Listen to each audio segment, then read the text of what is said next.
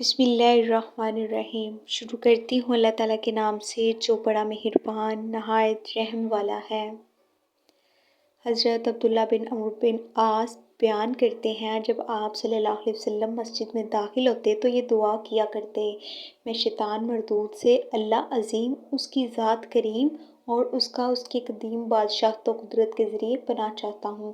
آپ صلی اللہ علیہ وسلم نے فرمایا، بس جب کوئی شخص یہ دعا پڑھتا ہے تو شیطان کہتا ہے یہ اب سارا دن مجھ سے محفوظ رہے گا۔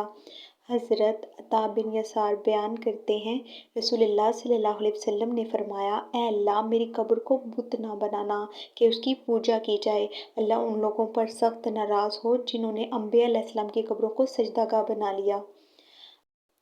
حضرت ابو ذر بیان کرتے ہیں میں نے عرض کیا، اللہ کے رسول، روئے زمین پر سب سے پہلے کون سی مسجد تعمیر کی گئی؟ آپ صلی اللہ علیہ وسلم نے فرمایا، مسجد الحرام۔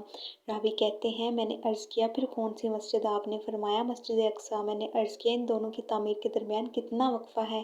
آپ صلی اللہ علیہ وسلم نے فرمایا 40 سال۔ پھر ساری زمین تیرے لیے مسجد ہے، جہاں چاہے نماز پڑھ لو۔ اگر آپ نے ابھی تک میرے چینل کو سبسکرائب نہیں کیا تو ہماری حوصلہ افزائی کے لیے چینل کو سبسکرائب کر لیں۔ جزاک اللہ۔